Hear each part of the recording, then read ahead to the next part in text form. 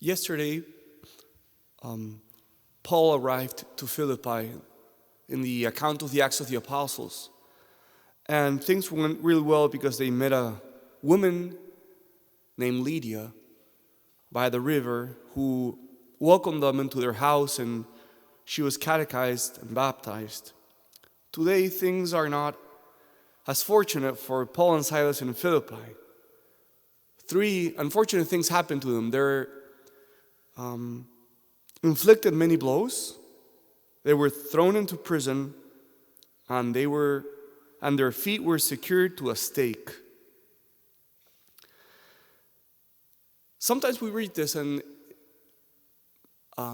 we don't really understand what's going on. Imagine that you were blown many times, inflicted many blows, you were thrown into prison, and your feet were secured to a stake. That would be very unfortunate and hard to endure, especially when the only thing that you're doing is preaching the gospel. But look what Paul and Silas do.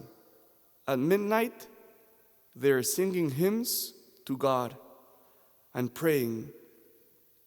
I wonder if I received blows, if I was thrown into a prison, would I be singing hymns that night, or would I be sobbing and calling for my mom?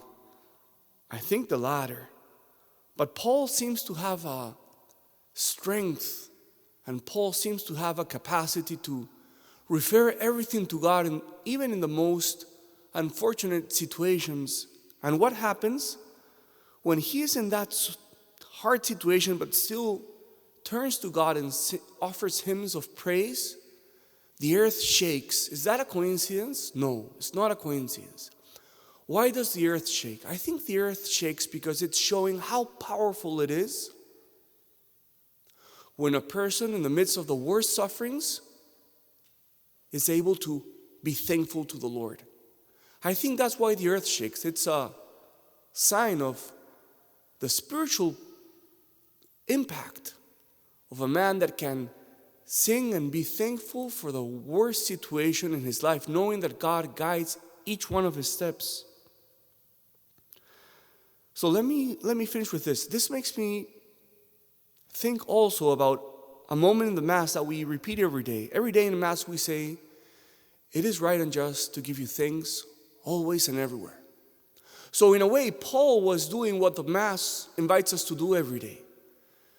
The Mass doesn't say, be thankful to God when things are prosperous and when things are favorable.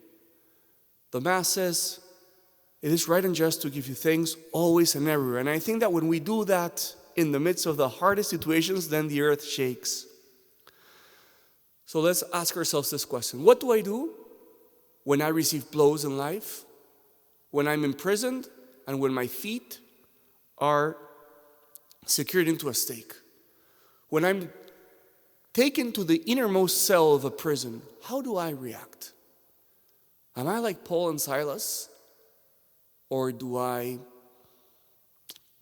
complain? So today let's find inspiration in this beautiful first reading, and let's try to gather the strength to be able to sing hymns of praise even in the most adverse situations in life, knowing that that will shake the earth, because that's the spiritual power of a man or a woman that can gather the strength to do that.